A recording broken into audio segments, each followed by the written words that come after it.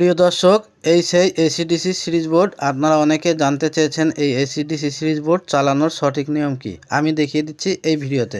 এখান থেকে AC input দিবেন ফেজ এবং নিউট্রাল। দেখতে পাচ্ছেন এই কালো তার আসছে নিউট্রাল, আর এখানে যে টেপ মারা আছে লাল, এটা আসছে ফেজ। এখানে ফেজ নিউট্রাল 220 ভোল্ট ইন করবেন। তারপরে এখানে ব্রেকারটি অন করার সাথে এই সিরিজ বোর্ডটি অন হয়ে যাবে। দেখেন এখানে ডিসপ্লেতে ভোল্টেজ দেখাচ্ছে এবং ইন্ডিকেটর লাইটটি ব্লিঙ্কিং করতেছে। কিভাবে ব্যবহার করবেন আমি দেখিয়ে দিচ্ছি। এটি হচ্ছে DC volt meter plus ampere meter. এখানে 11.9 ভোল্ট দেখাচ্ছে। আমি চাইলে এখান থেকে কমাতেও পারবো, বাড়াইতেও পারবো। দেখতে পাচ্ছেন এখান থেকে আমি ভলিউমের মাধ্যমে ডিসি ভোল্টেজটাকে বাড়িয়ে নিচ্ছি। এখানে দেখেন 21 ভোল্ট দেখাচ্ছে। আপনারা এখান থেকে 1.2 ভোল্ট থেকে 24 ভোল্ট পর্যন্ত কমাতে বাড়াতে পারবেন। আমি দেখিয়ে দিচ্ছি সর্বনিম্ন ভোল্টেজ হচ্ছে 1.2 ভোল্ট। দেখতে পাচ্ছেন এখান থেকে আপনারা চাইলে আরও ভোল্ট বাড়িয়ে নিতে পারেন। এইটা হচ্ছে এসি ভোল্ট মিটার। এখানে এসি কত ভোল্টেজ আছে দেখাবে, আর এটি হচ্ছে ভোল্ট প্লাস অ্যাম্পিয়ার এবং গিগাহার্টজ সব কিছু দেখতে পারবেন এই একটি মিটারে। এখন আমি দেখাবো সিরিজ বোর্ডের মূল কাজ। সিরিজ বোর্ডের 1 নম্বর হোল্ডারে আমি একটি 100 ওয়াটের বাল্ব লাগিয়ে দিয়েছি।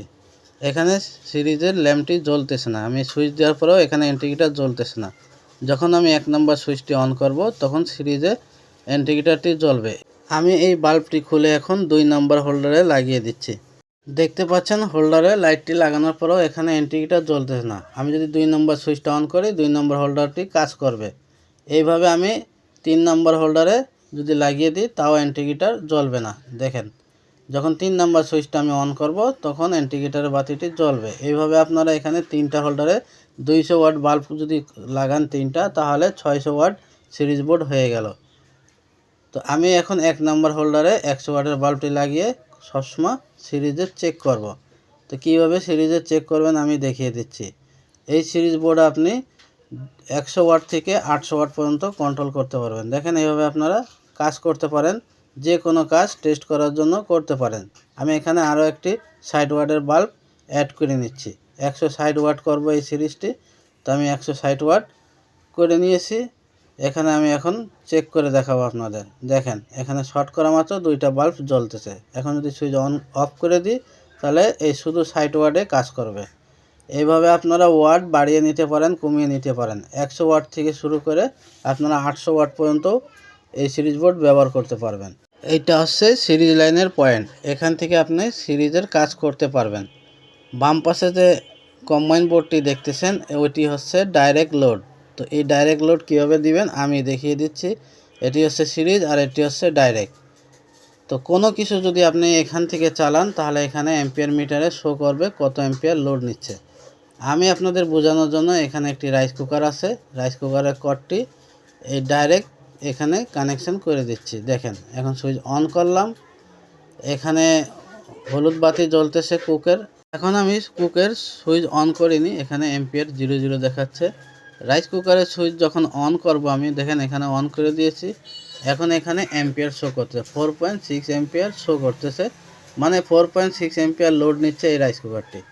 এই সুইচটি অফ করার সাথে সাথে এখানে অ্যাম্পিয়ার 00 হয়ে যাবে। দেখেন এখানে 0 অ্যাম্পিয়ার দেখাচ্ছে। এইভাবে আপনারা এখান থেকে যে কোনো জিনিস লোড দিতে পারেন। এসি, ফ্রিজ, মোটর, যে কোনো জিনিস এখান থেকে লোড দিলে কাজ হবে। এখন আমি দেখাবো ডিসি ভোল্ট এবং অ্যাম্পিয়ার মিটার। এখানে দেখতে পারবেন ডিসি ভোল্ট এবং অ্যাম্পিয়ার মিটার। এখান থেকে আপনি কন্ট্রোল করতে পারবেন অ্যাম্পিয়ার এবং ভোল্ট। আমি আপনাদের দেখিয়ে দিচ্ছি। এ হচ্ছে DC output line. DC output controller থেকে আপনি কীভাবে ডিসি ভোল্টেজটি নেবেন। তো এই হচ্ছে ডিসি আউটপুট কর্ড। এখানে লালে লাল আর কালো কালোয় লাগিয়ে দিতে হবে। আপনি এখান থেকে ডিসি ভোল্টেজ পাবেন এই 2 তারের মাধ্যমে। এখন ভোল্ট এখান থেকে বাড়িয়ে নিতে পারেন, কমিয়ে নিতে পারেন। দেখেন এখানে 6.2 ভোল্ট দেখাচ্ছে। এখন যদি আমি ইচ্ছা করি এখান থেকে ভোল্টেজটা বাড়িয়ে নিতে পারি। তো দেখেন এখানে 14.8 ভোল্ট দেখাচ্ছে। এইভাবে আপনারা ভোল্ট কমাতে পারেন, বাড়াতে পারেন। এবং ডিসি ভোল্ট যদি শর্ট হয়ে যায় অটো প্রোটেকশন পাবেন। দেখেন ইন্ডিকেটরের লাইটটি বন্ধ হয়ে যাচ্ছে। আর অ্যাম্পিয়ার সিলেক্ট করার জন্য এই দুইটাকে শর্ট করে দেখেন অ্যাম্পিয়ার দেখতে পারবেন। এখানে 1 অ্যাম্পিয়ার থেকে 10 অ্যাম্পিয়ার পর্যন্ত কমানো বাড়ানো যায়। দেখেন এখানে 3.3 অ্যাম্পিয়ার, 4.5 অ্যাম্পিয়ার যেভাবে অ্যাম্পিয়ার সিলেক্ট করতে চাবেন এই দুইটা পয়েন্ট শর্ট করে অ্যাম্পিয়ারের ভলিউমটি ঘুরিয়ে অ্যাম্পিয়ার কমাতে বাড়াতে পারবেন। এখন আমি আপনাদের ডিজিটাল মিটার দিয়ে মাপ দিয়ে দেখিয়ে দিচ্ছি আউটপুট কত ভোল্টেজ দিচ্ছে এবং সঠিক দিচ্ছে কিনা সেটাও আমি দেখিয়ে দিচ্ছি। দেখেন এখানে 14.85 ভোল্ট দেখাচ্ছে, এখানেও তাই 14.8 ভোল্ট দেখাচ্ছে। তো এখান থেকে আপনারা সঠিক ভোল্টেজটাই পাবেন।